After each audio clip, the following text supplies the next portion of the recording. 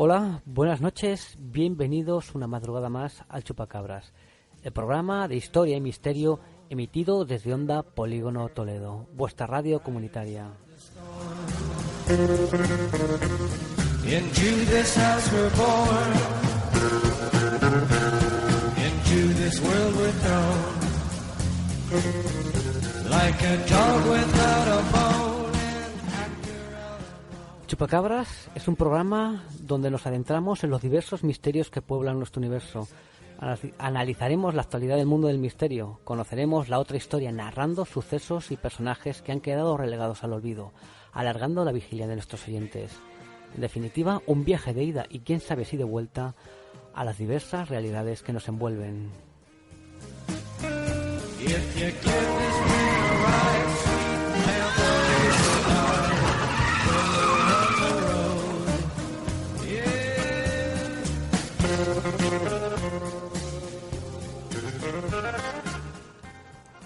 Buenas noches. Hoy de nuevo en nuestro programa volvemos a contar con la presencia de Rubén Villamor.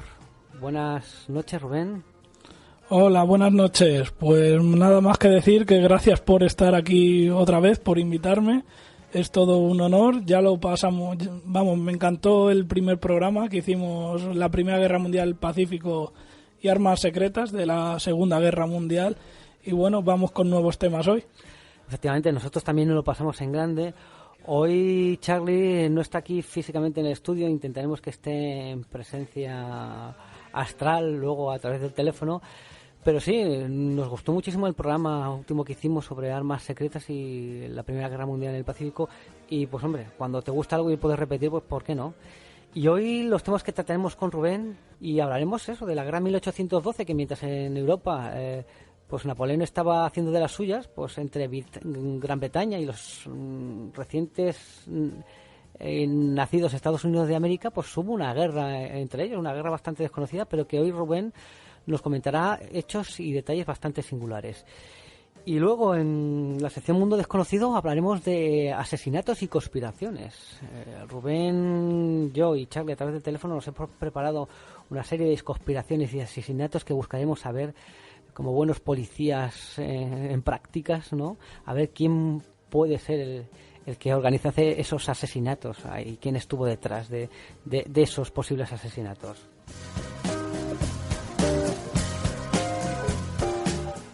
Pues aquí, que les habla John Constantine, antaño cazador y perseguidor de demonios, hoy reformado ciudadano, quien se encargará en las madrugadas de Onda Polígono de guiar a este chupacabras.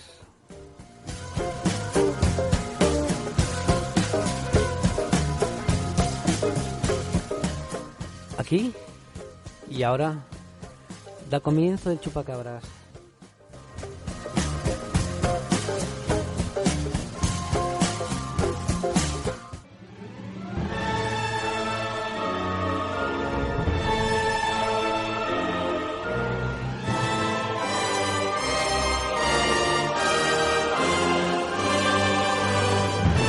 Hoy, en la otra historia, como hemos dicho, la guerra de 1812.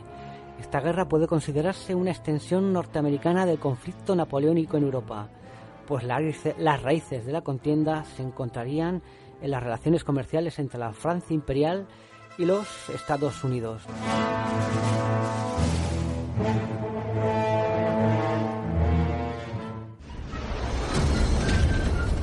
11 de septiembre de 1814.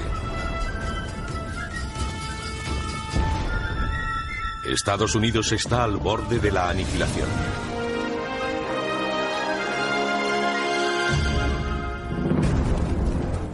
Un ejército invasor está a las puertas de una de las principales ciudades del país.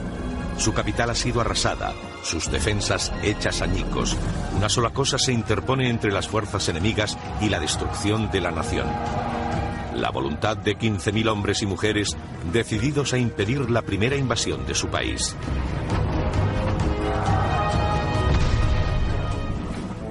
La guerra de 1812 fue un acontecimiento extraño. Su lógica fue confusa, su ejecución mal dirigida. Se fijó para un año, pero duró 3. Su causa principal dejó de ser un factor antes de que se disparase el primer tiro, y su batalla más famosa fue librada después de firmarse el Tratado de Paz. A pesar de tan dudoso honor, la guerra jugó un papel crucial en el establecimiento de la dirección e identidad de Estados Unidos. Bueno, hay que decir que este conflicto realmente es una extensión de las guerras napoleónicas que se están librando en Europa en ese momento. Bueno, de hecho hay ciertos historiadores que la consideran un teatro más de operaciones de la guerra que empezó, bueno, cuando Napoleón Bonaparte, a partir de 1803, empezó una expansión territorial por Europa. Hay que decir que la tensión entre Gran Bretaña y Estados Unidos ya existía evidentemente desde tiempos históricos, desde la Guerra de la Independencia norteamericana. Y bueno, básicamente porque todavía eran vecinos. Estados Unidos era independiente de hacía 20 años, las antiguas 13 colonias.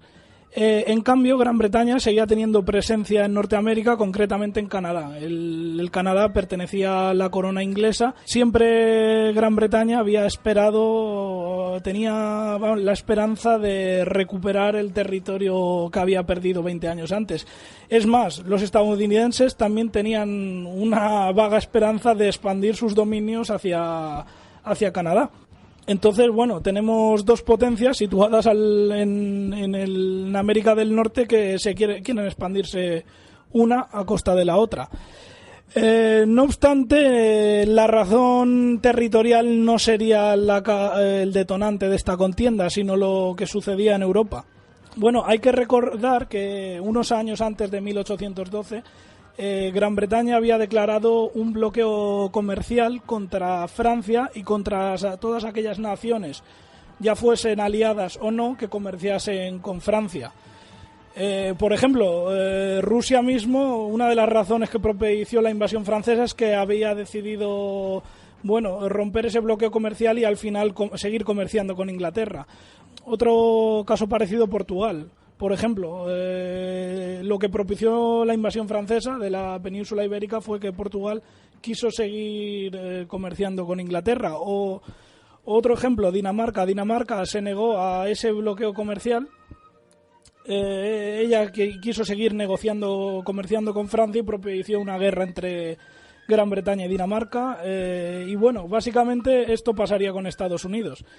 Hay que decir que el comercio exterior norteamericano estaba fundamentalmente enfocado a Francia. Es decir, era su principal socio en el que importar materias primas. Claro, cuando Gran Bretaña declara este bloqueo comercial, aquí pasa lo siguiente, y es que, bueno, de repente se encuentran con que a los puertos americanos no llegan productos del continente europeo. ¿Qué pasa? Que esto propicia un hundimiento del mercado y encima no solo eso, sino que amenaza con paralizar totalmente la economía. Si a esto añadimos que el presidente James Madison, que era en ese momento el presidente de Norteamérica, era totalmente anglófobo, encima era un declarado pro-francés y un admirador declarado de Napoleón, pues bueno, tenemos ya todo el mejunje para que estalle un conflicto. Pero es que además había otra causa que es secundaria pero que también es importante, que es el tema de los indios. Los indios es verdad que no tenían simpatías por el hombre blanco. Sin embargo, hay que decir que la convivencia era mejor con los británicos que no con los recién independizados estadounidenses. En 1811, unos meses antes de estallar el conflicto con Gran Bretaña, hay un incidente en la frontera canadiense que es el de Tippecanoe, que bueno, unos soldados norteamericanos arrasan un pueblo indio y esto provoca las quejas de Londres. Y no solo eso, sino que además desde la corona británica empieza a fomentar revueltas entre los nativos. De hecho, financia la creación de una confederación india en Michigan y Georgia, que esto para los norteamericanos es un escándalo. Ya dicho todo esto, evidentemente el presidente Madison convoca al Congreso y el 28 de junio de 1812 se declara la guerra entre Estados Unidos y Gran Bretaña. ¿Fue una bravuconada del presidente Madison o realmente Estados Unidos tenía capacidad de hacerle frente al Imperio Británico? Porque el Imperio Británico en aquel momento después de Trafalgar podríamos decir que era dueño de los mares del mundo. Tenía, podríamos decir, la mejor infantería después de la napoleónica. Bueno, aquí podríamos decir que, para hacer un paralelismo, Estados Unidos se encuentra en una situación parecida a Japón antes de Pearl Harbor. ¿Y por qué digo esto? Porque el presidente Madison, como he dicho, que era un admirador de Napoleón, hizo un cálculo, y ojo, no era un cálculo tan erróneo. El presidente interpretó que Francia iba a ganar la guerra. Es más, no solo lo interpretó el presidente Madison, lo interpretaron muchos países que enseguida corrieron a aliarse con Napoleón, muchos países europeos y fuera de Europa, y otros neutrales que, bueno, todo estaba cantado que Napoleón iba a ganar la guerra. Para situarnos en el contexto, si vemos lo que fue el año 1812, todo indicaba eso. El año 1812, Napoleón dominaba absolutamente toda Europa. Había derrotado a Prusia y Austria y controlaba esas dos naciones, era aliada de Polonia, y luego la península ibérica controlaba todo excepto Lisboa y el puerto de Cádiz. Por si fuera poco, Rusia estaba aislada, los únicos enemigos que tenía Napoleón en ese momento era Gran Bretaña, que es verdad que la marina suponía una amenaza, pero el ejército británico era de los más reducidos en aquel momento. Además, estaba muy disperso en las colonias. Y Rusia, que nadie había apostado un duro por Rusia. Cuando empieza la invasión del Imperio Ruso, todo el mundo daba por hecho que Rusia iba a ser derrotada en un santiamén. ¿Qué pasa? Que Estados Unidos, el presidente y el Congreso interpretan erróneamente, pero es lo que todo el mundo pensaba en ese momento, y probablemente ahora nosotros lo vemos de una perspectiva que sabemos lo que ocurrió después. Pero en ese momento lo más lógico era apostar con que Napoleón era el vencedor. Evidentemente no pasó así. En 1812 conocemos el desastre monumental de las armas napoleónicas en Rusia, la retirada en invierno. Hablamos de 800.000 bajas, esto nunca había pasado en la época. Hablamos que a finales de ese año naciones que habían permanecido sometidas como Prusia o Austria, o neutrales como Suecia, de repente se suman a la coalición contra Napoleón. Es decir, de repente Napoleón se ve que ha perdido media Europa en cuestión de meses. En ese mismo instante, en España tenemos la famosa batalla de Salamanca, que las tropas españolas, portuguesas y británicas derrotan a Napoleón. O sea, España pasa de que Napoleón controla toda la península menos Cádiz a perder la mitad del control de la península y verse en retirada hacia los Pirineos. O sea, hablamos de un debacle monumental, claro. Estados Unidos, cuando se enteran de todo esto y ya se encuentran en guerra contra Gran Bretaña, se encuentran ante la tesitura de que han cometido un error garrafal, porque a partir de esta derrota de las armas francesas saben que los ingleses van a poder aliviar la presión en Europa y desviar tropas al continente norteamericano, lo cual se encuentran ante un problemón que no habían previsto.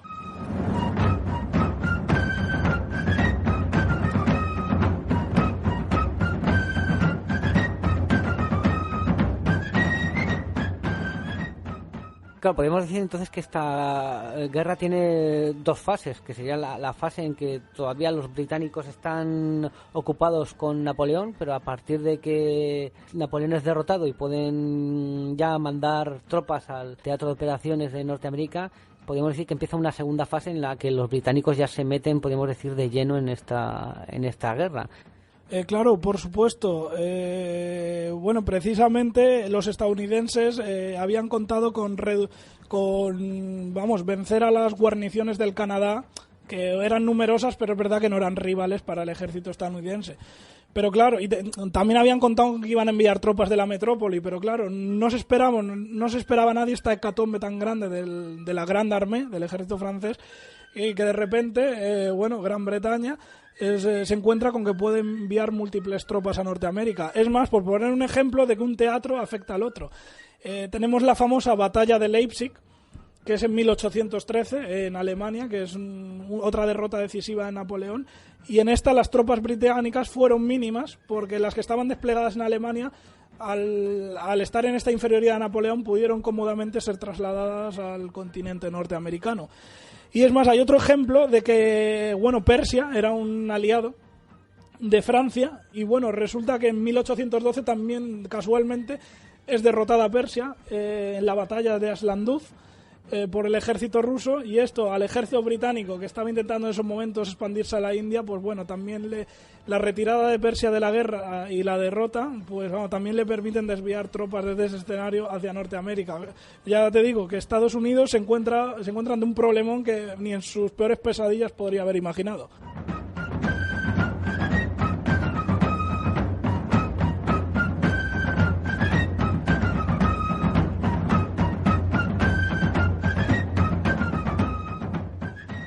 Bueno, nada más comenzar la guerra, en 1812, las primeras operaciones fueron a tanteos previos, sobre todo básicamente en el mar. Hay que decir que la armada estadounidense no era rival para la británica. La armada británica era oceánica. La armada estadounidense estaba concebida bien para defender las costas o los lagos y ríos del interior.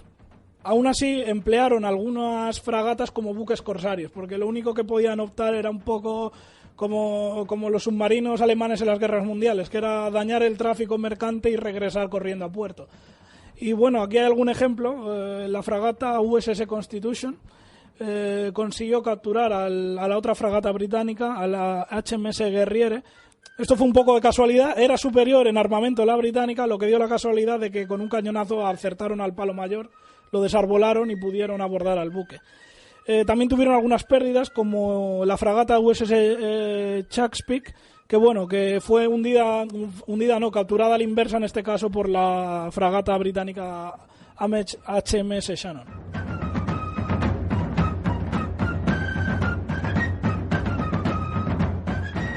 Ya si hablamos de operaciones terrestres, hay que esperar hasta 1813, que se produce la primera invasión de Estados Unidos al Canadá. Aquí ya han llegado noticias de que en Europa las cosas pintan realmente mal y ya no optan a una invasión general de Canadá, sino a invasiones parciales, a ver si con eso pueden negociar algún tratado y salir airosos del problema en el que se han metido. El ejército estadounidense en principio cruza el río Niágara, a las guarniciones británicas las vence con facilidad, lo cruzan 4 alas y hay que decir que sí, que tiene éxito en esa fase inicial, ocupa el distrito de York y además hay una operación curiosa porque es una operación anfibia que lleva a cabo el cuerpo de marines contra el fuerte George.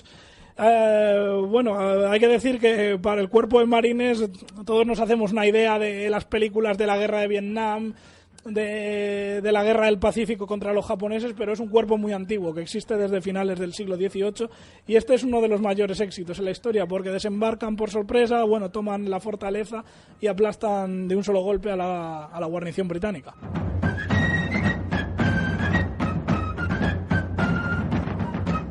Como os he dicho, después de recluir a Napoleón en la isla de Elba, los británicos ya pueden destinar refuerzos a Norteamérica y lanzar ofensivas terrestres. De hecho en 1813 hay otro intento de invasión ya finales, otro intento de expandir los dominios en Canadá, los dominios estadounidenses, a ver si con eso pueden seguir negociando. De momento los británicos nada de nada.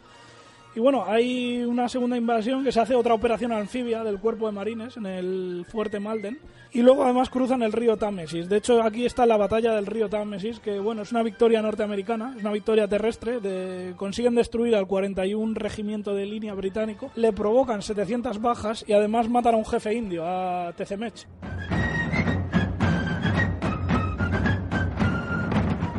Se encuentran con otro nuevo problema, los estadounidenses, que es que los británicos alentan revueltas en la retaguardia de los indios. Y tenemos algunas tribus que se sublevan, como la Creek, los Cherokees, los White Stick. Básicamente son pequeñas revueltas ubicadas en Missouri y Tennessee, pero esto le causan un problema porque las milicias territoriales tienen, en vez de ser enviadas al frente a primera línea, tienen que dedicarse a limpiar la retaguardia. Es más, encima tienen que sacar tropas del frente de Canadá, como por ejemplo los 2.700 hombres del 39 Regimiento de Línea. De hecho los indios la verdad es que incordiaron bastante. Por ejemplo, bloquearon el río Tallaposa. Esto impidió durante unas semanas que los estadounidenses recibieran suministros al Canadá. Además hubo un ataque por sorpresa al fuerte Tajopeca. Allí mataron a 108 soldados norteamericanos. Eso sí, al final los norteamericanos consiguieron reunir en la retaguardia un número de efectivos suficientes entre el ejército regular y las milicias territoriales y hubo una campaña que se llamó Horse Road Bend y allí finalmente aniquilaron la revuelta india. les provocaron a los indios unas 1000 bajas, hubo entre 500 muertos y unos 500 prisioneros.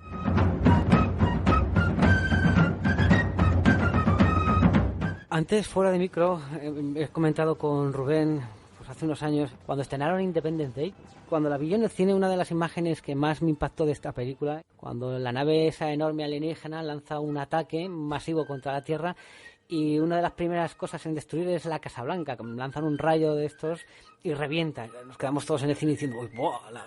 La Casa Blanca, uf, ¿cómo puede ser, no? Nos quedamos todos impactados. Me acuerdo yo en el cine de escuchar un... Y resulta que ese mito no es tan mito, ¿verdad, Rubén? No, de hecho hay un antecedente histórico.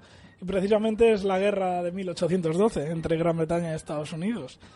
Y bueno, ¿cómo se llega a eso? Pues bueno, como hemos dicho antes, cuando llegan un gran número de tropas ya británicas procedentes de Europa, pasan los británicos a la contraofensiva en Canadá, liberan las zonas que los norteamericanos habían ocupado en el Canadá, ahí, bueno, en la batalla de Chippewa, que bueno, es un desastre porque, bueno, aunque, a pesar de que los norteamericanos sufren 300 muertos y unas 1000 bajas, que para la época no es mucho, aunque las cifras puedan parecer así.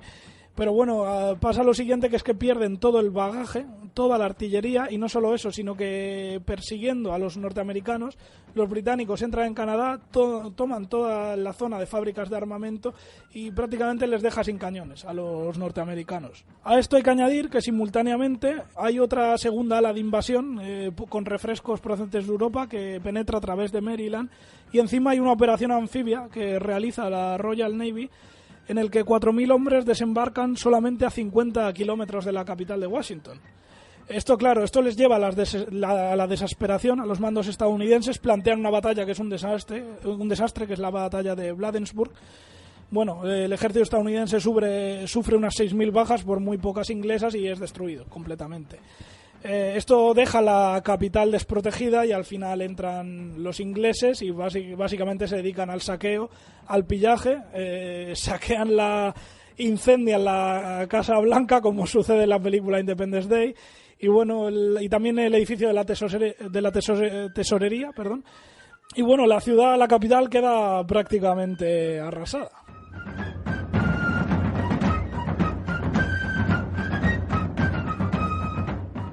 Llegado a este punto de la guerra, podemos decir que a los británicos no les hubiese costado mucho machacar a los norteamericanos, ¿no? ¿Qué detuvo a los británicos para no volver a quedarse con las colonias? Pues bueno, varios factores, básicamente factores diplomáticos e internacionales. Bueno, hay que decir que a la caída de Washington el ejército británico continuó con su avance, de hecho penetró en Baltimore y llega hasta Nueva Orleans. Hay una serie de milagros militares allí. Por ejemplo, hay 2 batallas navales que Estados Unidos vence, pero vence básicamente porque se realizan en el medio fluvial, que Estados Unidos, a pesar de estar en inferioridad numérica en el medio de los lagos interiores y de los ríos, que es donde durante los 20 años se ha entrenado la Armada norteamericana y está esa armada preparada para esas aguas. Recordemos que la Armada inglesa es oceánica. Pues claro, y no tienen los marineros que están dedicados al océano, evidentemente no tienen experiencia dentro de ríos. Entonces hay una batalla que es por ejemplo, la del lago Erie, que son 2 buques británicos hundidos. Y luego hay otra batalla, que es la del lago Champlain, que hay un desastre. La Armada británica decide meterse en el río para alcanzar los lagos del interior y, 4 buques son hundidos y el resto es en retirada. Esto es lo primero que asusta a los británicos, que de repente ven que con la Armada no pueden penetrar dentro del territorio norteamericano. Lo segundo es lo que sucede un poco en el exterior. Es verdad que en 1814 Napoleón es derrotado, pero la inestabilidad en Francia es muy grande. Sobre todo han derrotado a Napoleón, pero no al sentimiento de la Revolución Francesa, que empieza a florecer no solo otra vez en Francia, sino ya en sus vecinos. Además tenemos, por ejemplo, allí el Congreso de Viena, la Santa Alianza, que es una coalición internacional básicamente enfocada a evitar el sentimiento revolucionario. Es más, y luego tenemos que Napoleón escapa de la isla de Elba, cuidado. Esto obliga al ejército británico a desviar otra vez recursos de Norteamérica rápidamente para llevarlos a Bélgica. Recordemos que Bélgica era una zona de ocupación británica durante la paz. Y en el momento que llega Napoleón de Elba, bueno, como muchos sabrán, el general Arthur Wellesley se pone al mando de ese ejército en Bélgica y luego ya lo que todos conocemos, los sucesos que todos conocemos como la batalla de Waterloo. Que bueno, el peligro europeo, que es lo que más teme Inglaterra, que llegue a buscarle una paz rápida con Estados Unidos y volver al statu quo anterior a la guerra. De hecho, hay que decir que aunque es derrotada militarmente por las armas, Estados Unidos, los acontecimientos en el exterior favorecen a seguir sobreviviendo. Los dos contendientes podríamos decir que estaban deseando llegar a un arreglo diplomático. A ver, estaban deseando llegar. Lo que yo nunca me fío, además la historia lo ha demostrado, es de la actitud británica. Es verdad que en el momento que es derrotado Napoleón ya no tiene sentido bloquear a Estados Unidos, ya no hay ningún peligro teóricamente, pero claro, si ya los ingleses tienen Washington, dominan varios antiguos condados de las 13 colonias, lo más lógico es que podrían haber reanexionado esos territorios. Solo la inestabilidad de Europa es lo único que explica que los británicos no siguieron con esta política. Al fin y al cabo, bueno, América quedaba lejos de la metrópoli inglesa. En cambio, Europa, nada, lo tenía a un paso desde las costas inglesas. Y bueno, así se llegó al Tratado de Gante y bueno, se restableció el statu quo y como si aquí no hubiera pasado nada.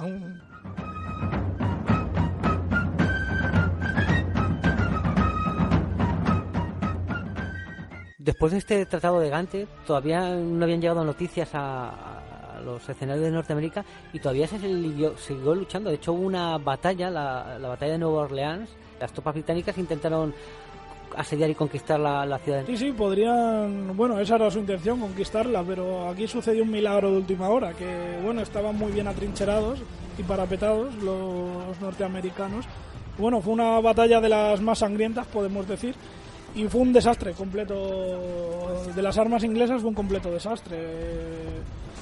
Bueno, hablamos de 2.000 británicos muertos por solo 52 estadounidenses, para que veamos la magnitud de la catástrofe. También hay que decir que hay otra batalla, además que es curiosa porque hay que decirlo todo. Estados Unidos no solo estaba en guerra contra Gran Bretaña, sino contra la coalición, es decir, la coalición que había contra Napoleón. Austria, Prusia o Rusia no podían desplegar tropas en América, pero sí que había un miembro de esa coalición que luchó contra Estados Unidos, que fue España, precisamente. España formaba parte de esa coalición y tenía tropas en la frontera, porque la Florida era en aquel momento una colonia española. Hay que decir que la participación de España fue mínima, básicamente porque estaba todo el ejército español concentrándose en defender la península ibérica, porque estábamos siendo invadidos por los franceses.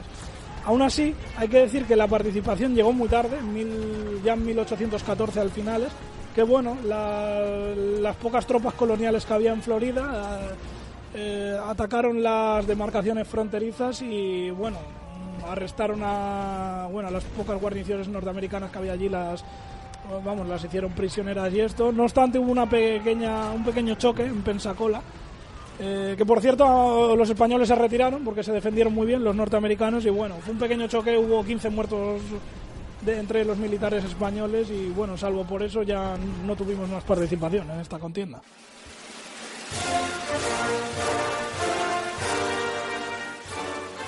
Ahora nos hemos vuelto un poco patrióticos americanos porque, claro, este himno que suena en tantas películas, lo conocemos todos, en la Super Bowl, en infinidad de sitios, que siempre que hay algún partido, los americanos que son muy patrióticos lo suelen cantar. Pues este himno tiene su origen en esta guerra de 1812. Además, la letra habla precisamente podemos decir, de lo que sería el escenario, podemos decir, de esta guerra. La letra dice: podéis ver con la primera luz del amanecer lo que con tanto orgullo saludamos en el último destello del crepúsculo, cuyas amplias franjas y brillantes estrellas a través de la tenebrosa lucha observamos sobre las murallas ondear gallardamente el rojo fulgor de cohetes. Las bombas estallando en el aire dieron prueba en la noche de que nuestra bandera aún allí estaba. Oh, decid, sigue ondeando la bandera estrellada sobre la tierra libre y el hogar del valiente. Se está refiriendo a su autor, Francis Scott Key, compuso este famoso poema que luego sería ratificado como himno oficial de Estados Unidos a partir de 1931, pues participó en la batalla de Nueva Orleans y está describiendo ese escenario, como lo que ha contado Rubén. Estas tropas acantonadas americanas aguantaron el embiste de un ejército británico todo formado y, curiosamente, aguantaron y sufrieron una gravísima derrota a las tropas británicas. Y al terminar la batalla, pues seguía todavía ondeando la bandera estrellada de los Estados Unidos sobre la fortaleza que habían realizado sobre Nueva Orleans. Sí, no, además, aparte es que hay muy poca bibliografía que encontrar. Hombre, si hablamos de Estados Unidos de esa época, lo típico es la guerra de secesión o el 19 o la guerra de la independencia. Y es más, y mira que hay libros sobre las guerras napoleónicas, y en cambio un teatro de operaciones como es Norteamérica, que no estamos hablando, yo que sé, lo que he dicho antes, que Persia luchaba contra Rusia y Gran Bretaña, la guerra napoleónica, que sería algo más desconocido, pero estamos hablando que Estados Unidos y Canadá, que actualmente Estados Unidos es la primera potencia del mundo. Que las guerras napoleónicas es verdad que tuvieron teatros de ultramar, hubo choques en la India, en Sumatra, en Persia, como hemos dicho antes, en Egipto, pero bueno, y es increíble que no haya prácticamente documentación sobre esto. No, de hecho, los historiadores americanos muchas veces se vanaglorian de manera incorrecta de que su territorio nunca ha sido invadido, cuando en esta guerra hemos visto que no solo fue invadido, sino que les saquearon la capital, quemándoles el Capitolio y la Casa Blanca. O sea, que muchas veces quizás es desconocida por propio interés americano de que no se conozcan estos hechos, porque claro, a lo mejor no es muy políticamente correcto no reconocer, oye, pues mira, nos han quemado la Casa Blanca y tal. Entonces queda muy bien decir eso, que nunca han sido invadidos. Bueno, es verdad que la propaganda norteamericana, esta guerra, no, a pesar de que su himno esté basado en este conflicto, pues no habla mucho de este conflicto. Yo ya antes lo decía fuera de micrófono, digo, la única película que recuerdo, que ni me acuerdo el título, solo sé que participaba Gregory Peck, que creo que debe ser de los 60, 70, que trata, sobre un buque corsario norteamericano que se dedica a hundir el tráfico mercante inglés. Y bueno, de todas formas, esto de que los Estados Unidos no han sido invadidos ha pasado en menor medida en otras ocasiones. Bueno, tenemos el caso de México con el general Santa Anna, también en el siglo XIX, que invade zonas del actual Estados Unidos. De hecho, hay una guerra entre México y Estados Unidos. Y algo que es súper desconocido también, que en la Segunda Guerra Mundial Japón ocupó zonas de Alaska también. Y las Aleutianas. Las Aleutianas, la isla de Kiska, de Utah creo que era, no recuerdo territorio. Sí, o sea, que eso de que no ha sido violado el territorio estadounidense, pura propaganda patriotera.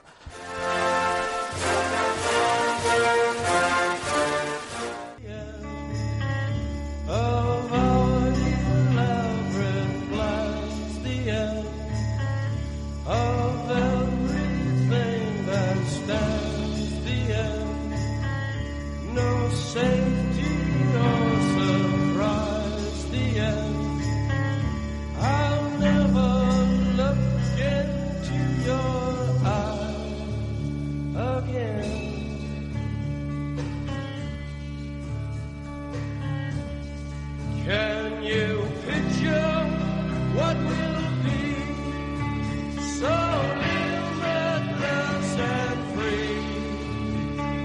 Desperately in need of some stranger's hand in a desperate land.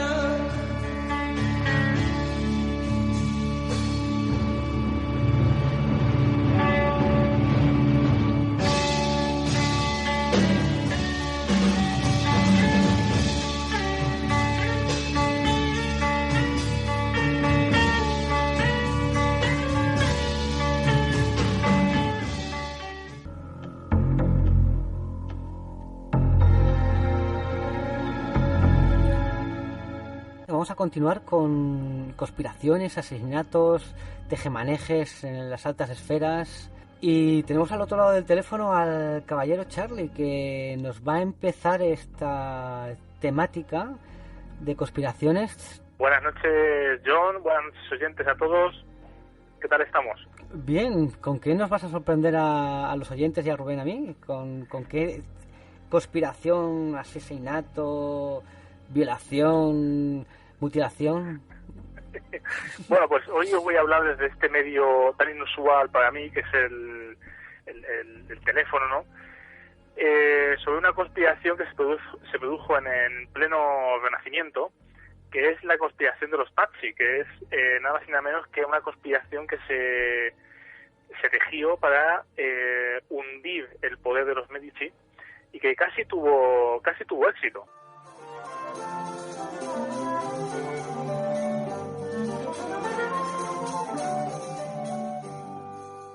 Pues fíjate que hoy me encuentro en la Galería Uffizi aquí en Florencia y entre otras muchas joyas que encontramos estoy enfrente de un díptico de Pío della Francesca, que es un artista italiano que retrató muy bien al duque de Urbino y a la esposa de este duque, que es Battista Sforza.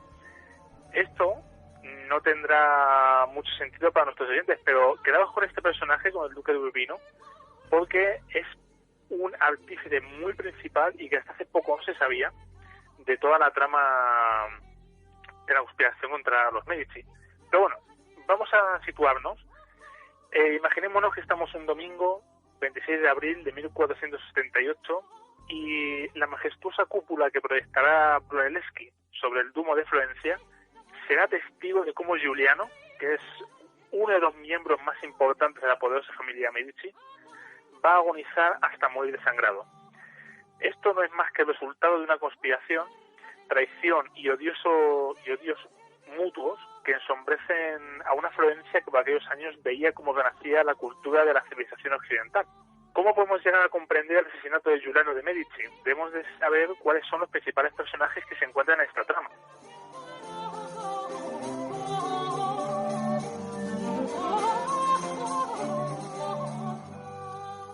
La ciudad italiana venía siendo gobernada por la poderosa dinastía Medici desde hacía ya varios decenios. Allá por 1430, Cosimo de Medici logró afianzar el prestigio de su apellido hasta colocarse a la cabeza del poder florentino. Se trataba de un gobierno de facto, puesto que no se trataba de una familia noble de origen aristocrático ni habían sido elegidos por el pueblo. A Cosimo le sucedió su hijo, Piero di Cosimo de Medici, llamado el Gotoso por la enfermedad que padecía. Sobre todo nos interesan los hijos de Piero, contra los cuales giró completamente esta conspiración de la casa Pazzi, que es nada más ni nada menos que Lorenzo de Medici, uno de los grandes mecenas de la Italia renacentista, que llegaría a suceder a su padre como gobernante de la ciudad florentina y a su hermano Giuliano de Medici. Lorenzo era, como no, la cabeza visible del gobierno mediceo desde 1469, cuando con unos 20 años tuvo que sustituir a su padre tras su muerte. Era hombre diplomático, conciliador y culto, llegándose a convertir en uno de los grandes impulsores del Renacimiento italiano al ser un gran mecenas y un patrón de reconocidos artistas. Por otro lado tenemos a la Casa Pazzi, una familia de mayor trayectoria en el tiempo de los Medici. Sus orígenes podemos decir que se remontan a los tiempos de la Primera Cruzada, allá por el siglo XI más o menos. Poco a poco, con el pasar de los años, fueron reuniendo una buena suma de dinero hasta convertirse en una familia importante de banqueros en el siglo XIV. Si bien su esplendor llegaría a principios del siglo XV bajo la figura de Andrea Pazzi, quien mandará a construir la conocida Capilla Pazzi, bajo proyecto del reputado Brunelleschi. Pero la figura clave de todo esto es Francesco de Pazzi, un astuto banquero del Papa en Roma que fue, de entre su familia, el primero en manifestar el odio hacia la familia Medici, cuyo poder ansiaban desde hacía tiempo.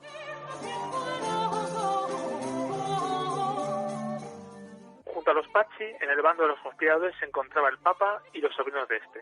Francesco de la Rovera ejerció como cabeza de la cristiandad bajo el nombre de Sisto IV, y su papado pasó a ser conocido por los sucesivos favores, cargos y tierras que concedía constantemente a sobrinos, parientes y amistades cercanas.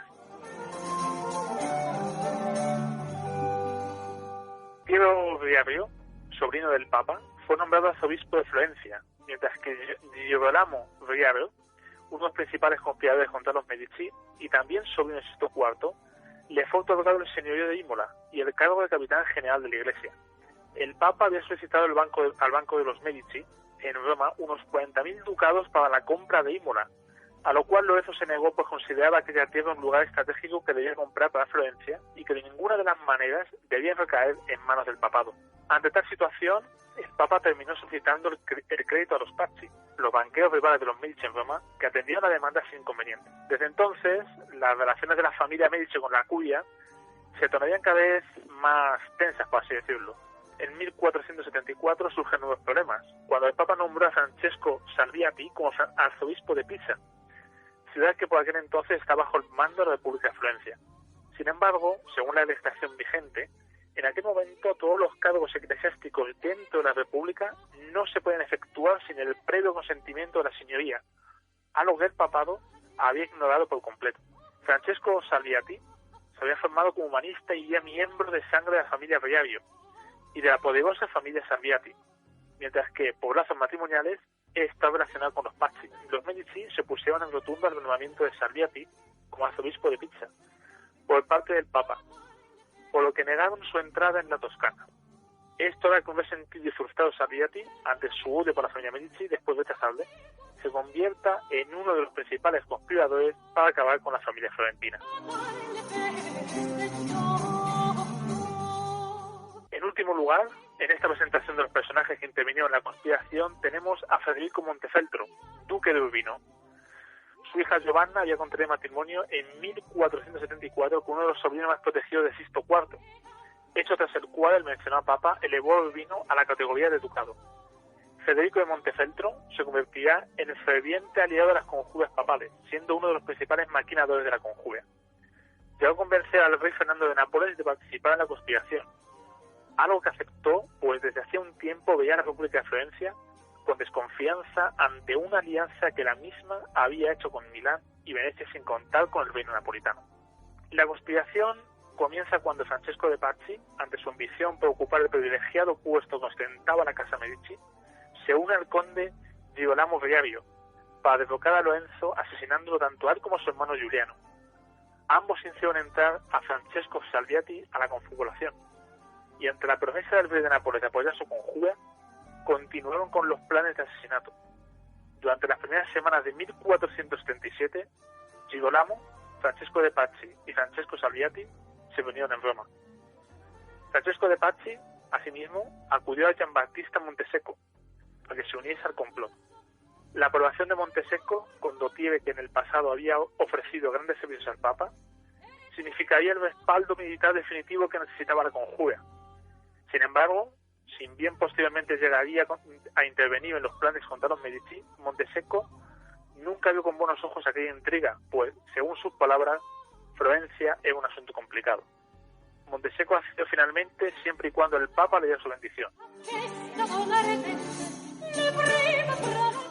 Los conspiradores estaban convencidos de que, para derrocar el gobierno de los Medici, debían terminar con la vida de Lorenzo y Giuliano, algo que, estaban seguros, el Papa terminaría perdonando. Si bien en un primer momento el plan era separar a los dos hermanos y asesinarlos a cada uno en distinto lugar, finalmente se optó por acabar con ellos a la vez en su ciudad natal.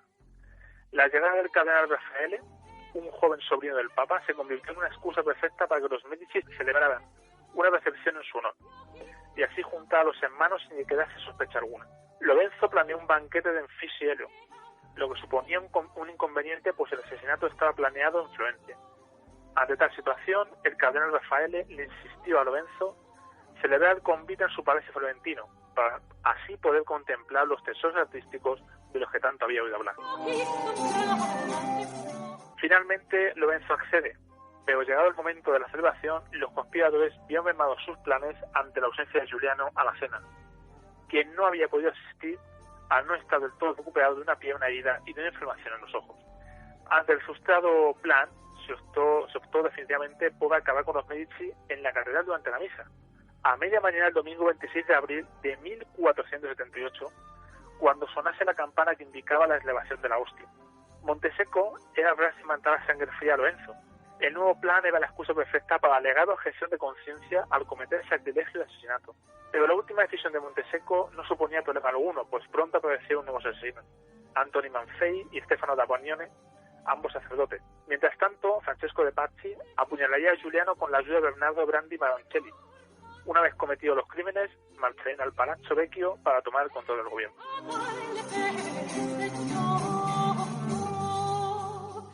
Giuliano había decidido no acudir a la misa por sus molestias en la pierna, pero fue convencido por Baroncelli y Francesco de Pazzi.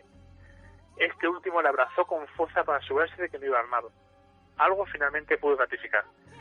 Al sonar la campana, los curas diamensianos sacaban sus dagas y corrieron al ataque de Lorenzo, quien, astuto, desenvainó su espada y ejecutó a los dos cómplices. Mientras, Baroncelli, al grito de «traidor, toma esto», junto con Francesco de Pazzi, apuñalaron sin piedad a un indefenso y vulnerable Giuliano, quien terminó desangrado en el suelo del Duomo con 19 heridas en su cuerpo. Lorenzo se había refugiado en la sacristía, cuyas puertas de bronce habían cerrado rápidamente los sacerdotes que allí se encontraban. Mientras tanto, los conspiradores, entre ellos Salviati, se dirigían al Palazzo de la Signoria como estaba previsto según lo planeado. Sin embargo, los asesinos pronto serían víctimas de una muchedumbre furiosa. Un grupo armado de unos 50 partidarios de los Medici irrumpieron en el palazzo y pronto Salviati terminó ahorcado de una de las ventanas. De suerte corrió Francesco de Pazzi, quien, tras haberse escondido en su casa, fue arrastrado herido y desnudo hasta la plaza de la ciudad. La brecha de la Signoria ensombrecía ante los colgados cuerpos de los conspiradores, cuando un robusto Lorenzo caminaba hacia su palacio entre alabanzas y gritos de glorificación de su pueblo. Los altercados contra los traidores continuaron durante varios días, y fueron asesinadas unas 80 personas, entre los que no se encontraba Rafael Ovellario, a quien Lorenzo, que le consideraba inocente, había conseguido rescatar. Montesecco, por su parte, fue descubierto el 1 de mayo y decapitado a espalda en el patio de Bargello. El nombre de los Pazzi fue borrado de toda Florencia, eliminando su símbolo, que era un delfín, de todos aquellos lugares donde se encontrase. Sobre el muro del Bargello, Botticelli pintó a los traidores de la familia Pazzi, junto a otros conspiradores, con cuerdas alrededor de sus cuellos, tal y como habían visto varios en sus últimos momentos de vida. También otros artistas como Leonardo dibujaban a los conjuradores en el momento de su muerte.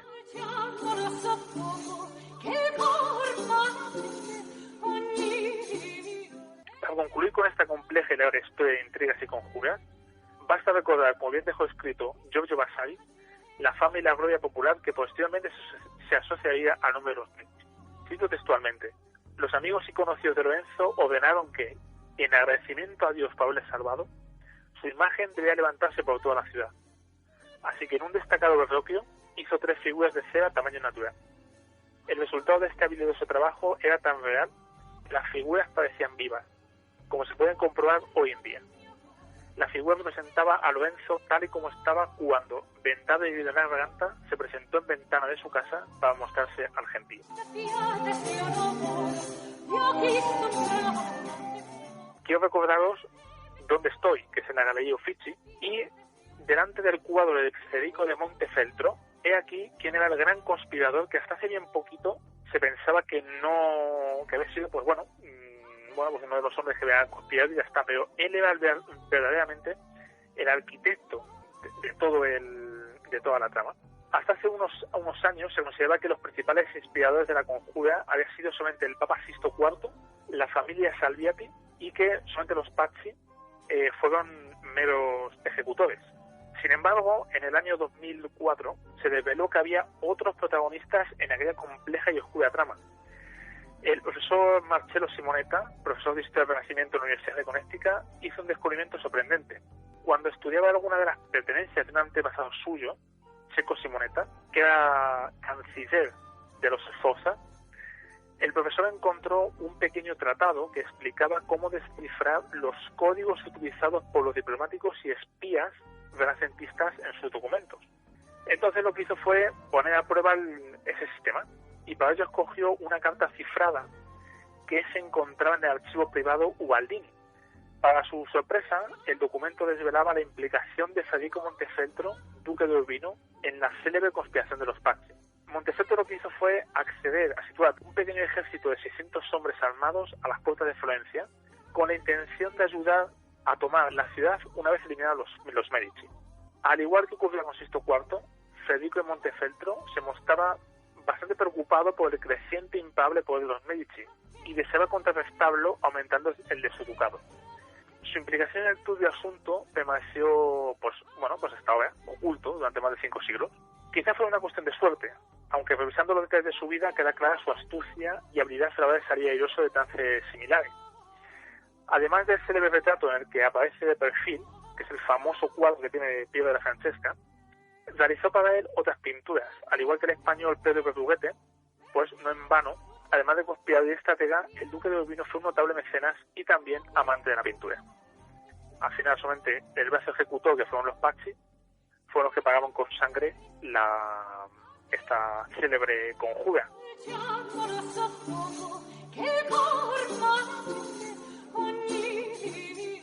Ese renacimiento italiano y esos papas, que más que papas parecían diablos ahí conspirando y con infinidad de hijos y conspirando por detrás. Sí, vaya, alguno de ellos seguro que está más cerca del infierno que del cielo. Pero bueno, eran papas, no lo que ya ahora. Sí, exacto. Pues muchísimas gracias, caballero de la noche, por tu participación allí donde te encuentras. La historia está llena de conspiraciones, que nunca nos cuenta la verdad. Efectivamente. Sí, no, me gustaría añadir que, bueno, me ha llamado la atención, bueno, cuando Lorenzo de Medici en medio de la iglesia saca la espada y no solo sobrevive a ese atentado, sino que además mata a los dos agresores. Digo, haciendo un paralelismo, que bien le hubiera venido a Julio César tener un arma en el Senado. Efectivamente, sí. También hay que resaltar que Lorenzo, pues al ser más o menos un noble, estaba educado en las artes de la esgrima, y luego además también cabe resaltar que yo creo que él también se olía la tostada. Juliano fue desalmado allí a la iglesia, sin embargo él se juntó y supo escapar rápidamente. Además en la sacristía, creo que has dicho, ¿no? ¿Cómo? Que creo entendido que se ocultó en la sacristía, ayudado por otros, ¿no? Sí, por otros sacerdotes que se encontraban allí también, que fueron los que le ayudaron cerrando las puertas de la sacristía, que eran de bronce, pues evitaron la entrada de los Pazzi, de los agresores, y a su vez estos mismos salieron de la iglesia y se fueron al Palacio de la Señoría a reclamar el poder. Claro. El poder del pueblo, pero bueno, se encontraron con esto, ¿no? Al final las voces corrieron mucho más rápido que ellos y se encontraron pues que llegaron allí al Palacio y bueno, pues la urbe les engulló completamente. Pues lo dicho, muchas gracias, caballero, y vamos a continuar con conspiraciones. Si quieres estar pendiente al otro lado del teléfono, de acuerdo, caballero, pues un fuerte abrazo. Perfecto. Y gracias por tu colaboración, señor. Pues un saludo a ti, John, a ti, Rubén, también, y a todos nuestros oyentes. Un abrazo. Muy bien. Un placer. Hasta pronto. Chao.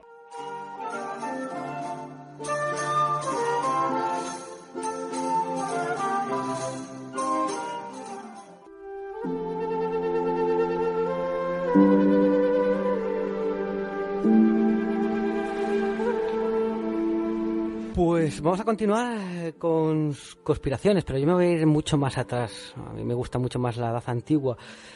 Y voy a retomar aquí al viejo filósofo Séneca. Séneca en Medea, en el acto primero, en los versos 500 al 501, hay una frase que dice: Qui prodes excelsus is fecit. Aquel a quien aprovecha el crimen es quien lo ha cometido. Y basándonos en esta máxima, pues vamos a hablar del asesinato de Filipo II de Macedonia. Filipo II de Macedonia había vivido como rehén en Tebas, donde se instruyó sobre las prácticas políticas y militares del mundo griego. Cuando accedió al poder en el 359 a.C., Macedonia era un país bárbaro, superficialmente helenizado en la frontera norte de Grecia, pero era una región rica, pero sometida a continuas disputas sucesorias y a los ataques de los pueblos balcánicos vecinos. Filipo impuso la unidad en el interior, sometiendo a los diversos candidatos al trono. Filipo II consolidó sus posiciones al norte del Egeo y su autoridad sobre Macedonia. Una de las principales preocupaciones de Filipo II fue la de organizar y adestrar convenientemente a su ejército, adoptando la línea oblicua de batalla utilizada por el tebano Epaminondas, a lo que añadió el empleo de la caballería.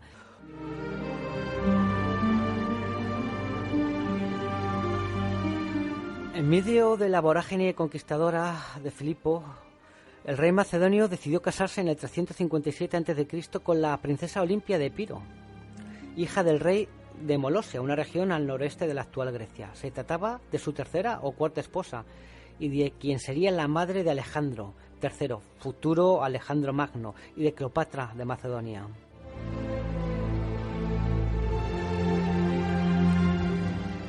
A comienzos del año 345, la posición de Filipo II en Grecia había avanzado considerablemente. Dominaba el paso de las Termópilas, que abría el camino hacia la Grecia central. Había sido elegido arconte de la Liga Tesalia y dominaba la Liga Religiosa de Delfos. Fue en ese momento cuando los discursos de Isócrates, fiel a su idea panhellenista, trató de persuadir al rey macedonio para que se convirtiese en el jefe de los griegos para luchar contra los persas. Había un grupo de ciudadanos contrarios a Filipo en Atenas, y estos eran encabezados por el orador Demóstenes. Demóstenes denunció la ambición de Filipo de Macedonia en las famosas Filípicas. En un primer discurso contra Filipo, Demóstenes trataba de levantar el ánimo de los atenienses para que no se dieran por vencidos. El orador insiste en que no confíen en la paz ficticia que aparentemente ofrece Filipo, que lo distingan como el enemigo que es de Atenas. Recrimina a los atenienses por no haber movido un solo dedo para evitar esta catástrofe. Y culmina diciendo que si la actitud ateniense no cambia, ellos mismos serán los causantes del desastre.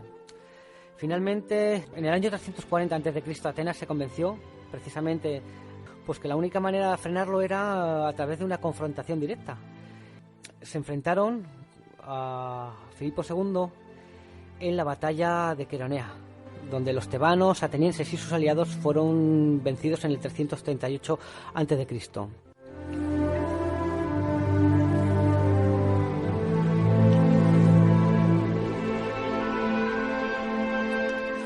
Mientras todo esto ocurría, Filipo había sido muy hábil, porque inició las negociaciones con Artajerjes III, rey de Persia, porque los persas siempre habían estado un poco a la expectativa. Cuando a partir de las guerras médicas, lo que solían hacer era, pues cuando un rival de la Grecia continental sobresalía demasiado, pues apoyaban al contrario, y cuando este contrario sobresalía demasiado, pues volvían a apoyar al contrario. Así, habían estado una especie de status quo los persas, pero Filipo aprovechó y firmó un tratado de paz y amistad en el 343 con el rey Artajerjes III. Macedonia se comprometía a no apoyar a los enemigos del rey persa y Artajerjes III renunciaba a intervenir de cualquier forma en Grecia. Esto dejó las manos libres a Filipo para ocuparse de todos sus enemigos y finalmente unir Grecia bajo su mando. Pero esta paz y esta situación con Persia cambió radicalmente con la muerte de Artajerjes y la subida al trono del débil Darío III. Este hecho hizo que la tan planeada invasión de Persia dejase de ser un sueño irrealizable. Los preparativos para la guerra comenzaron y Filipo II convocó a los contingentes militares de los estados griegos. En los primeros meses del 336, una vanguardia de 10.000 hombres mandados por generales macedonios Parmenio y Atalo, apoyada por una flota, pasó el Helesponto y esperaron a que el año siguiente, en el otoño, Filipo II cruzase con el resto del ejército griego.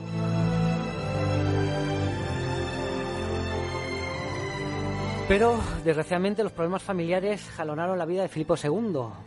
Como hemos dicho, tuvo varias esposas. Tuvo 6 esposas y 7 hijos. De ellos, solo 3 hijos varones. Carano, hijo de Fila de Limontis, Arrideo, hijo de Filina de Larisa, princesa de Tesalia, y Alejandro Magno, su sucesor e hijo de Olimpia. Lo que estaba claro que Filipo II, a lo largo de su vida, se había ganado la enemistad de numerosos griegos y persas.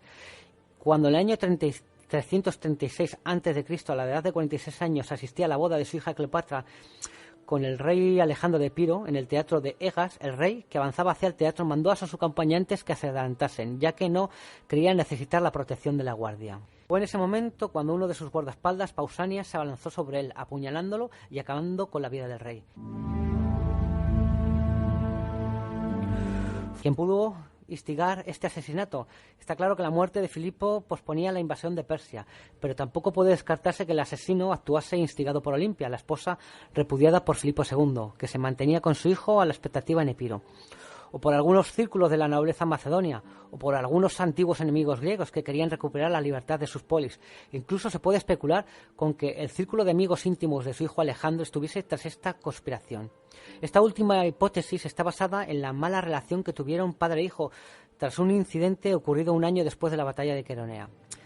Filipo II contrajo en aquellos momentos un nuevo matrimonio con la noble macedonia Cleopatra Eurídice de Macedonia, sobrina de un noble llamado Atalo. con la intención de mantener Macedonia unificada, antes de lanzarse a su decisiva campaña en las entrañas de Asia. Como es evidente, Alejandro y su madre vieron el matrimonio como una grave amenaza para su posición en la corte y a los derechos sucesorios del joven.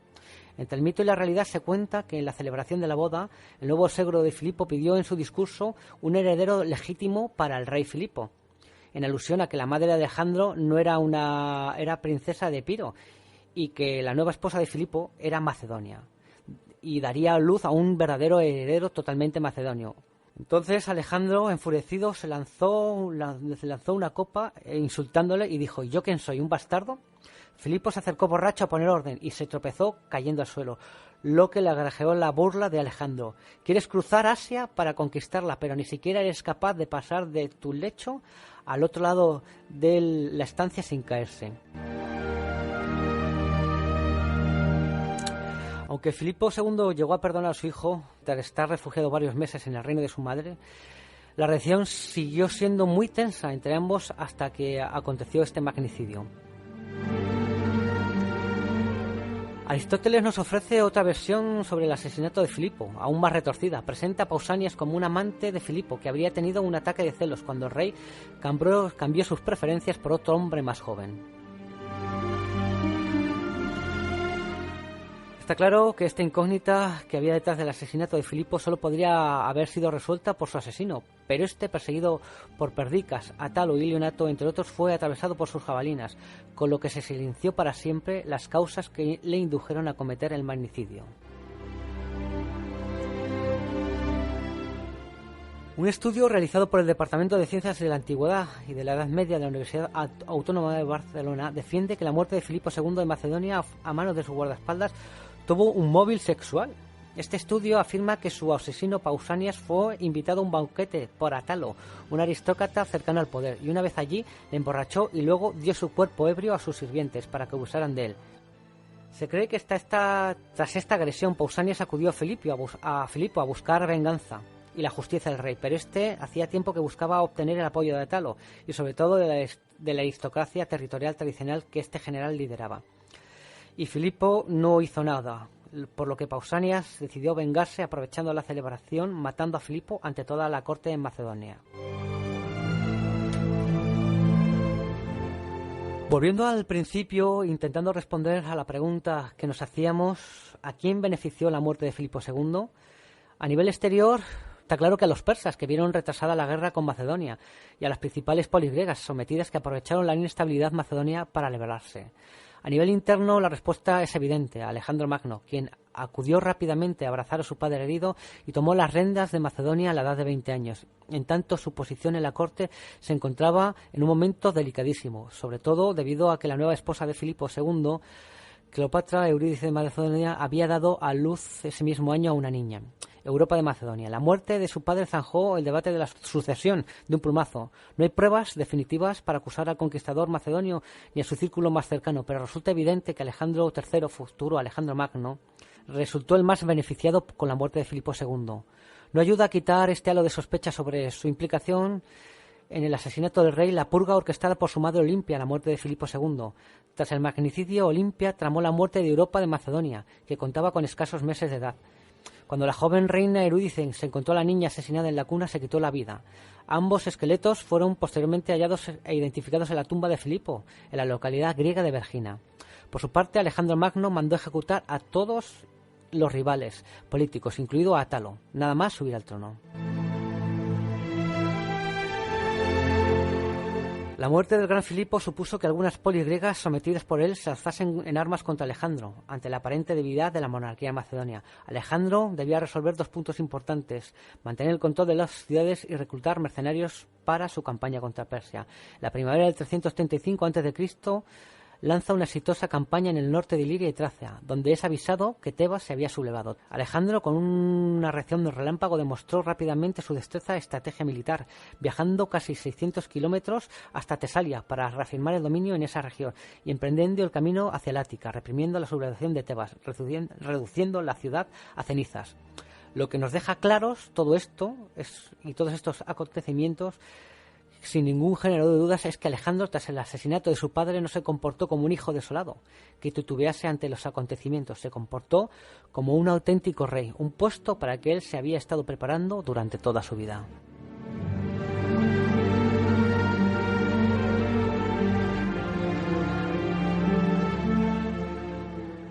Bueno, Rubén, aquí yo creo que dejo entrever que probablemente estuvieron detrás de este asesinato de Filipo II los círculos más cercanos a Alejandro. A lo mejor no propiamente Alejandro Magno, pero sí círculos cercanos a él, porque realmente en el momento que él subió al trono se liquidaron a todos los que podían ensombrecer o hacer sombra a Alejandro. Bueno, creo que es además un tema que va a dar mucho que hablar los siguientes años, porque antes has citado los túmulos de Vergino, que se conocían desde los años 70, pero es verdad que creo que fue, si no me equivoco, en el 2015-2016 que se encontró los huesos del rey Filipo de Macedonia.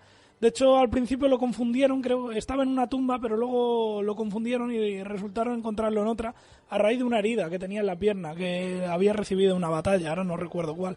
Yo leí el informe en aquel momento, bueno, no el informe, el resumen del informe, y en cambio, corrígeme si no es así, pero creo que no encontraron ningún daño en la caja torácica, porque teóricamente si la apuñalaron tendrían que haberle algunos huesos tendrían que haberle roto, supuestamente. Eso recuerdo haber leído, es que ahora mismo hace varios años y no recuerdo. En estudios posteriores sí se encontró algo de las posibles heridas de su asesinato.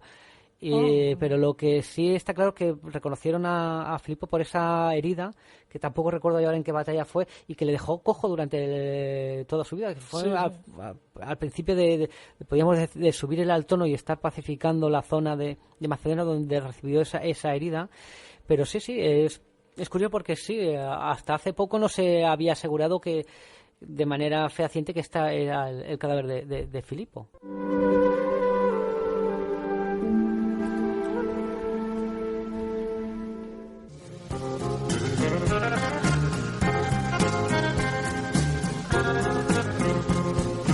Quiero mandar un saludo a esa panda, tienen cara de locos, ¿verdad? Todos, a esa panda de chupacabras locos que hay, con el deseo de que algún día nos podamos encontrar ahí en Toledo.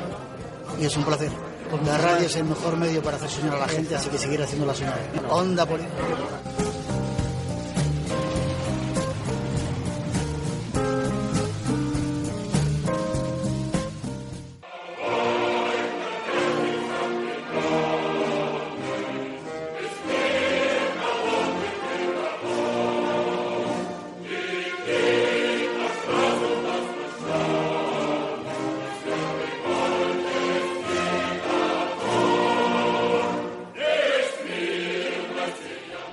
Pues vamos a continuar con otra conspiración que Rubén nos va a sorprender con Stalin.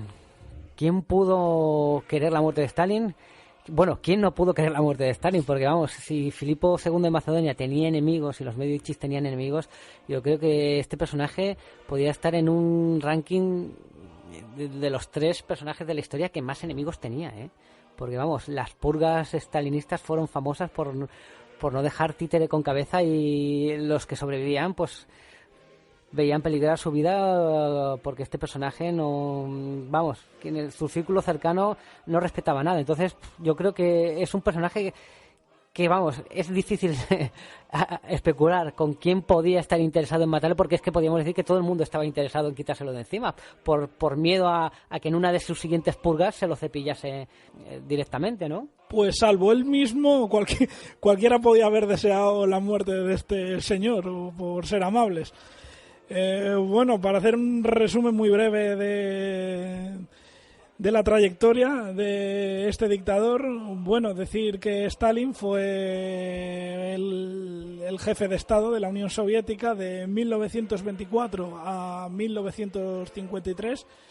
Fue el que sucedió a Vladimir Lenin. Básicamente siguió su misma política revolucionaria radical, con la diferencia de que Stalin además le añadió un toque de nacionalismo.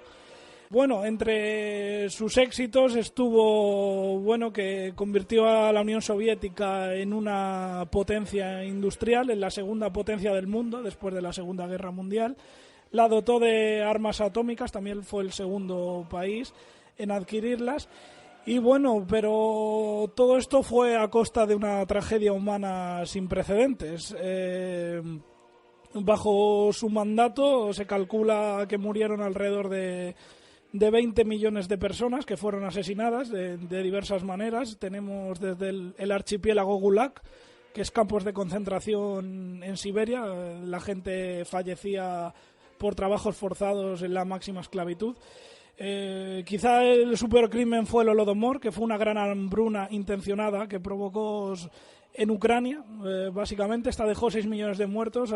Se calcula que alrededor de 4 millones de ucranianos, 1 millón de kazacos y 1 millón de rusos que habitaban el sur de las tierras del Volga. A tal extremo llegaron sus crímenes que fue el mayor asesino de comunistas de la historia. Es curioso que un comunista ha sido el mayor asesino de comunistas. O sea, ni siquiera un dictador de derechas ha matado a tantos comunistas como Stalin, lo que es bastante curioso. Básicamente esto fue la Gran Purga del año 37, que depuró todos los cuadros del Partido Comunista Soviético. Aniquiló a todo al 90% de la oficialidad del Ejército Rojo y la Marina, lo cual fue desastroso de cara a la Segunda Guerra Mundial. De hecho, si Hitler estuvo a punto de ganar la guerra fue gracias a la incompetencia de Stalin. Y bueno, también hay que decir que la misma Segunda Guerra Mundial fue coautor con Hitler, invadió Polonia en el año 1939, además de otros países.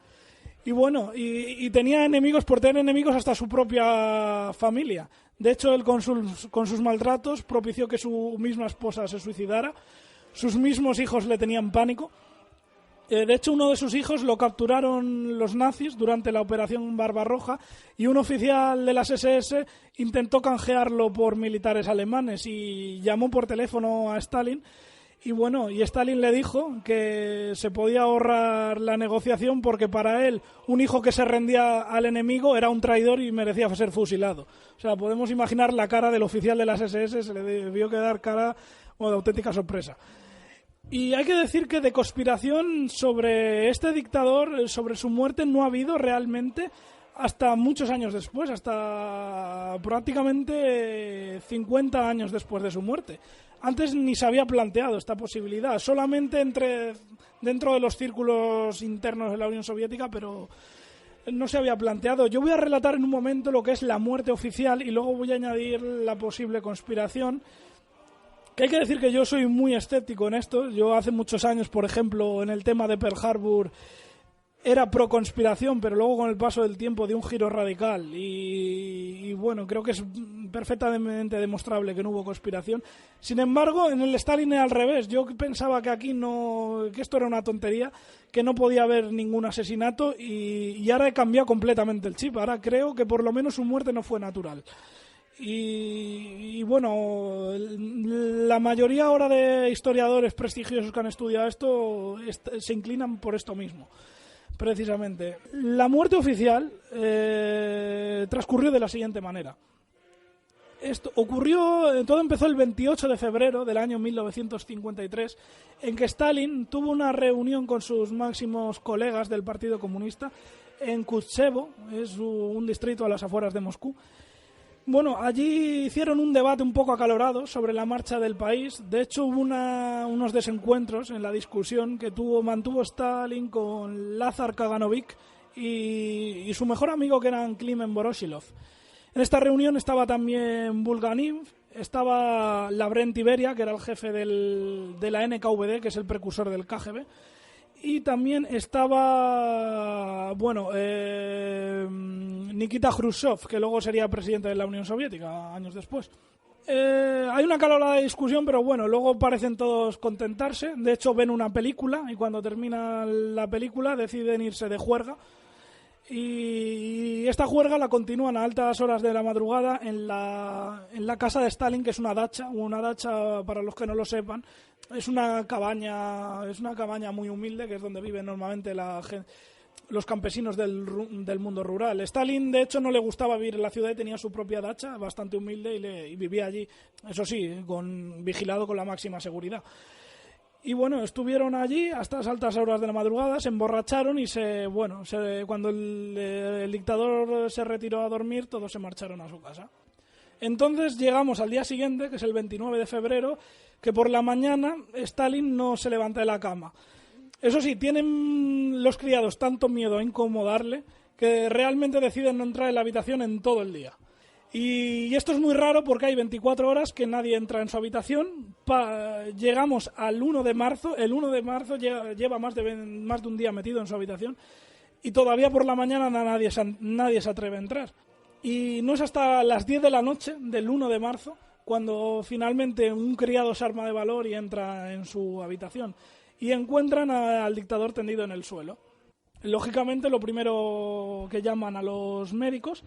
Y bueno, según el cuadro médico, sufre una apoplejía a causa de la hipertensión. No le dan mucha importancia, de hecho le ponen un tratamiento que es simplemente permanecer en cama, estar alimentado a base de cucharaditas de leche. Durante 4 días parece mejorar, pero el día 5 cae en un sueño profundo, solamente despierta en un momento. Que bueno, que esto es realmente curioso, que despierta en un momento, se inclina de la cama y con su dedo índice señala un cuadro, que esto seguramente a los que nos oigan le hará mucha gracia, pero el cuadro que tenía este señor, que era el hombre más importante del mundo después del presidente norteamericano en esos momentos, el cuadro que tenía era el de una niña dando un biberón a una oveja, que es algo muy curioso para un dictador. Y bueno, señaló ese cuadro y se durmió. Y ya no despertaría porque a las 10 y 10 de la noche del 5 de marzo del 53 ya los médicos diagnostican que ha muerto. Hasta aquí es la versión oficial, pero hay unas series de anomalía que se han ido desvelando, sobre todo a partir de la caída de la Unión Soviética. Y bueno, y son las siguientes. Hay 2 principales conspiraciones. Una es que se diría una conspiración dentro del mismo Partido Comunista y otra la que fue la conspiración, podemos decirlo, que podía haber sido responsable el Estado de Israel.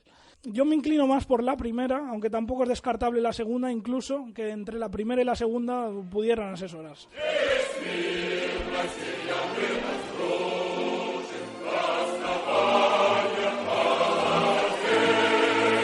Vamos a remontarnos ahora a octubre de 1952, unos 5 meses antes de la muerte de Stalin, en el que se celebra el 19 Congreso del Partido Comunista en Moscú. Aquí pasa algo insólito, porque se presentan dos facciones enfrentadas. Una es la de Stalin, que propone que la Unión Soviética no ha de inmiscuirse en asuntos de otros países, incluso a pesar de que haya movimientos socialistas en auge. Por ejemplo, él era partidario de retirar la asesoría a Corea del Norte. En ese momento estaba teniendo lugar la guerra de Corea. En cambio, el otro bando, que lo lideraba Grigori Malenkov, él era partidario de que la Unión Soviética, que tenía que financiar revueltas socialistas en todo el mundo para, al fin y al cabo, el marxismo lo que pretendía era llegar a expandirse a todo el planeta y conquistar el mundo. Y curiosamente pasa algo insólito, que los 20 años de dictadura no había pasado, que Stalin pierde la votación. Esto hay que decir que hay que ser valiente para votar en contra del Stalin, pues aquí la perdió. El caso es que esto le afectó tanto psicológicamente que decide que tiene que hacer una purga, como en el año 37, y liquidar a todos los traidores. Esta purga la tenían preparada para mediados del año 1953, pero vamos al incidente, que es cuando su criado le encuentra tendido en el suelo esa noche, a las 10 de la noche del 1 de marzo del 53, como hemos dicho antes. Pues según los nuevos informes y testimonios que han salido ahora, no es la versión oficial, no fue exactamente así. Es muy curioso que la primera persona después del criado en llegar a la habitación es Lavrent Iberia, que este señor podemos calificarlo como el Himmler soviético, es decir, este era como Himmler en la Alemania nazi, era el líder de las SS, el que dirigía los campos de concentración. Pues Beria era lo mismo en la Unión Soviética, dirigía la NKVD, era el que gestionaba todo el tráfico a los gulags, era el jefe del sistema represivo. Este es el que entra en la habitación y es curioso porque según la versión oficial es que llamaron a los médicos, pero es que los médicos no vinieron hasta el día 2 de marzo. Es decir, que Beria impidió que ningún médico se acercara a Stalin durante 24 horas. Y curiosamente, el mismo Beria esto lo reconoció, pero alegó una excusa y dijo que es que todos los médicos del Kremlin estaban en prisión, cosa que era cierto. Pero bueno, Moscú, aparte de los médicos del Kremlin, en una ciudad de varios millones de habitantes tendría más médicos, que son los que al final vienen a atender a Stalin, gente de especialistas del ámbito civil. Y bueno, estamos diciendo que en 72 horas ningún médico atiende a Stalin. Una vez lo atienden, según los hijos, que son Svetlana, la hija, y Vasily, da la impresión de que no hacen nada, de que van para allí de una habitación a otra, pero que, como que todo el mundo ignora a un Stalin que está enfermo allí. Y los hijos no son sospechosos porque ellos odiaban a su padre. Nadie más que ellos querrían que su padre muriera, pero aún así en testimonios después de la Guerra Fría, bueno, esto lo dejaron caer. Y otra cosa llamativa es que el día 5 de marzo, exactamente 90 minutos antes de su muerte, tiene una reunión en el Comité Central del Partido Comunista en el que se habla de la sucesión de Stalin, cuando todavía no era seguro que fuese a fallecer Stalin. De hecho, mientras está teniendo esta misma reunión, a los 90 minutos fallece el dictador. Era como si tuvieran demasiada prisa por enterrarlo. Y bueno, aparentemente se cierra el caso hasta que unos meses después de la muerte de Stalin hay una batalla entre el mismo Partido Comunista, que bueno, hay una batalla entre Beria, que pretende seguir el stalinismo, y en cambio Khrushchev, que pretende moderar el régimen y abrirse un poco al exterior, quiere hacer un lavado de imagen y bueno, más que nada moderar, porque era imposible vivir en el régimen stalinista porque el terror de morir era vivir cada día con él. Gana Khrushchev esta batalla, hace una falsa acusación a Beria y bueno, se le consigue que sea ejecutado. Sin embargo, antes de morir, como llegó a relatar Beria, como quizá por un intento por salvarse, dijo: yo lo maté y os salvé a todos. Quizá esto lo dijo como diciendo: oye, os he hecho un favor, yo maté a Stalin y os he hecho un favor porque os salvé la vida a todos cuando iba a hacer una purga. Sin embargo, lo que he dicho podía ser un intento de salvar el cuello. No obstante, ya tenemos que adelantarnos al siglo XXI, y uno de los hijos de Khrushchev, ya fallecido, hablamos de Sergei, que ya no tenía nada que perder porque la Unión Soviética ni insistía ni que ganar ni que perder, aseguró que su propio padre, que es Khrushchev, le había comentado que él mismo había envenenado a Stalin la noche en que se habían emborrachado. Es más, en la conspiración estaba Khrushchev y Beria, su oponente. Y bueno, según él, su padre le envenenó y Beria hizo todo lo posible para que los médicos no la atendieran. A raíz de estas declaraciones, el año 2003 se hizo un comité en la Biblioteca del Congreso en el que participaron 13 historiadores, también testigos de la época, expertos, y bueno, por unanimidad se llegó a la conclusión de que por lo menos Stalin no había muerto de causas naturales. Es más, para reforzar esta teoría se encargó a la CIA, también creo que fue en el 2004, investigar esto. Y bueno, según uno de los altos cargos de la CIA, Raymond Gartov, también llegó a esa misma conclusión de que Stalin no podía haber muerto por causas naturales de lo que en un principio le habían diagnosticado.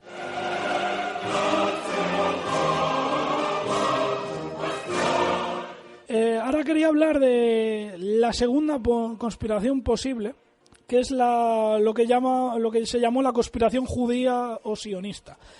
Bueno, antes que nada hay que eliminar unos tópicos que han sido adaptados hoy en día.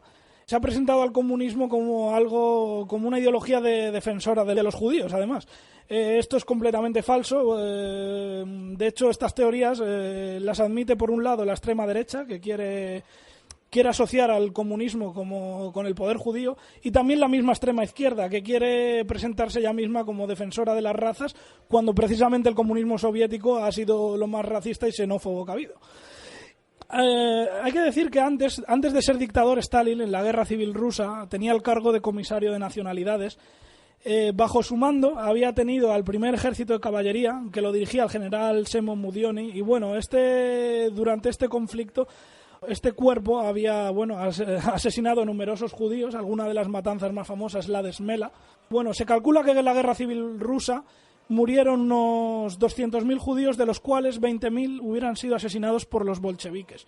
Muchos de ellos por, como he dicho, el primer ejército de caballería del que era responsable en parte Stalin. En la Segunda Guerra Mundial los soviéticos habían sido también responsables de algunas masacres de judíos, algunas atribuidas falsamente a los alemanes, pero que no había sido así. Por ejemplo, hubo en Lituania, Stalin ordenó deportar y ejecutar a 500 judíos.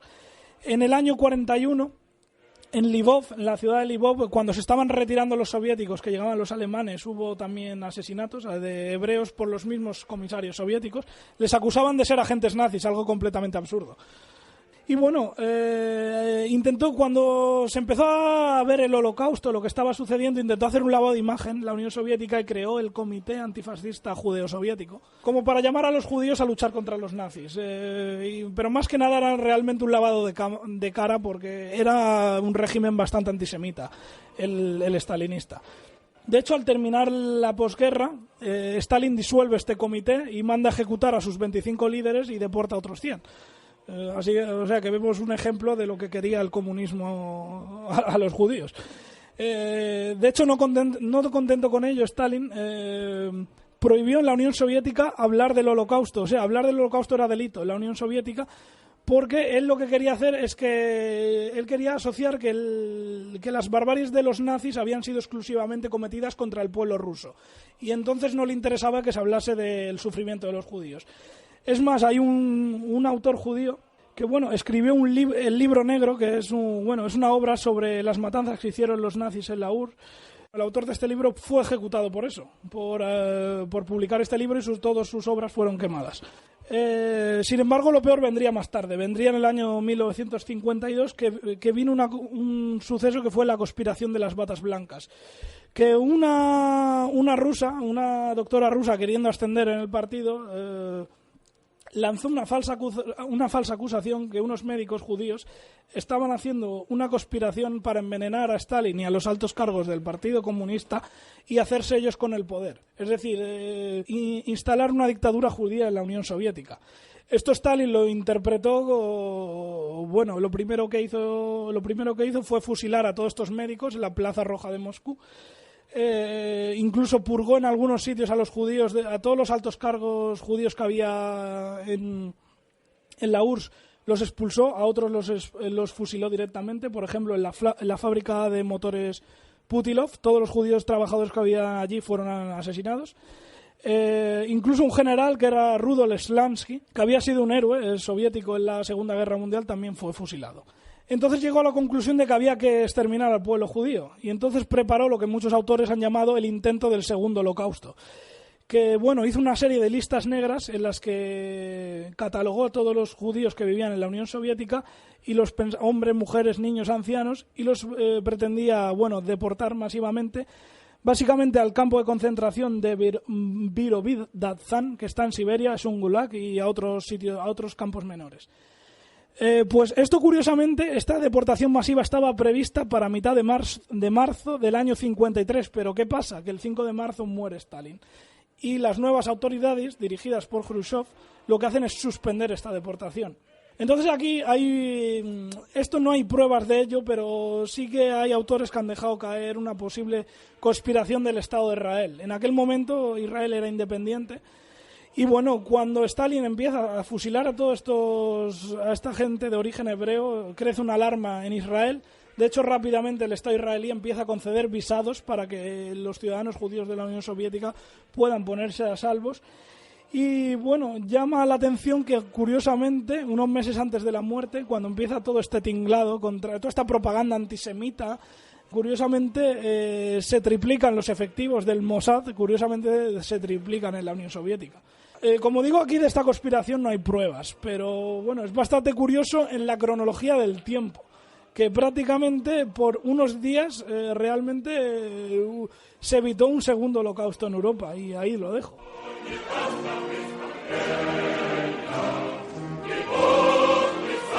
Claro, como hemos dicho al principio, Rubén, es que aquí el problema de Stalin es que es sospechoso todo el mundo. Cualquiera puede ser sospechoso. Porque ¿quién no estaba en la lista de Stalin? ¿Sabes?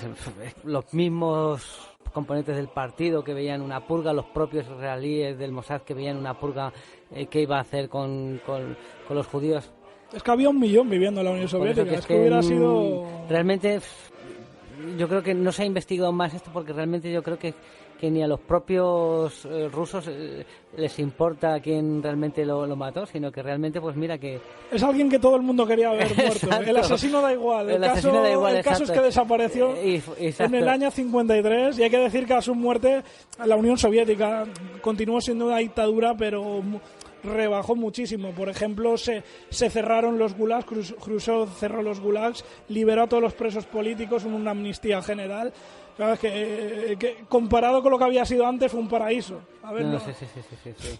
Entonces, de hecho, las propias autoridades soviéticas posteriormente condenaron el estalinismo. O sea, que condenaron como una dictadura. Sí, como una aberración que había... Incluso hasta los partidos comunistas en el exterior. De hecho, Stalin los había purgado. Por ejemplo, en el año 37 había hecho venir a todos los líderes de los partidos comunistas de fuera.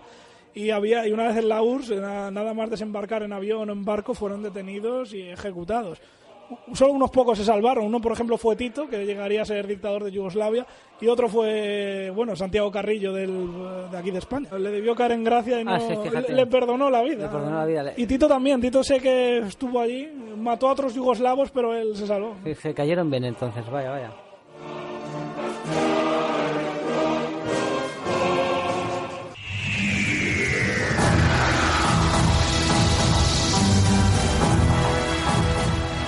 Pues hemos terminado con este interesantísimo programa sobre la guerra de 1812 y estos asesinatos que muchas veces no sabemos quién está detrás, porque precisamente es eso, hay tantos intereses que a saber, esa máxima de a quién beneficia, en el caso de Stalin beneficiaba a toda la humanidad, podríamos decir. A mí me ha tocado el más malo de todos. Sí, te ha tocado el más chungo. De los 3 personajes, comparado Filippo, Lorenzo de Medici y claro, Felipe II. Filippo era un poco... Filippo era un hombre extraordinario, tendría sus cosas, pero... Claro, pero yo que sé, purgaba a los que tenía que purgar, no se purgaba a todo Dios. Bueno, entra dentro de los cánones de la época, pero bueno. No, sí, pero bueno, sí, es eso de... es un poco juzgar sobre la mentalidad de la época. En el siglo XX, hacer eso, como que no era ya muy de esa época. No, exacto. Era lo que hizo Stalin en el siglo XX, No, uf. Pues muchas gracias, Rubén, y nada, a ver si podemos contar contigo en alguna ocasión más, porque cada vez que hacemos un programa contigo queda bastante interesante y aprendemos muchas cosas. O cuando quieras. Muy bien. Pues combinar a nuestros oyentes a que nos sigan escuchando aquí en Onda Polígono, el Chupacabras, la madrugada de los martes al miércoles a partir de las 0 horas. Y como siempre decimos, no olvidéis abrir los ojos y despertar.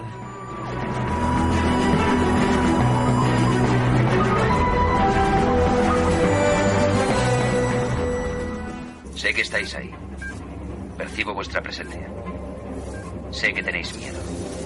Nos teméis a nosotros. Teméis el cambio. Yo no conozco el futuro. No he venido para deciros cómo acabará todo esto. Al contrario, he venido a deciros cómo va a comenzar. Voy a colgar el teléfono. Y luego voy a enseñarles a todos lo que vosotros no queréis que vean. Les enseñaré un mundo. Sin vosotros. Un mundo sin reglas y sin controles, sin límites ni fronteras. Un mundo donde cualquier cosa sea posible. Lo que hagamos después es una decisión que dejo en vuestras manos.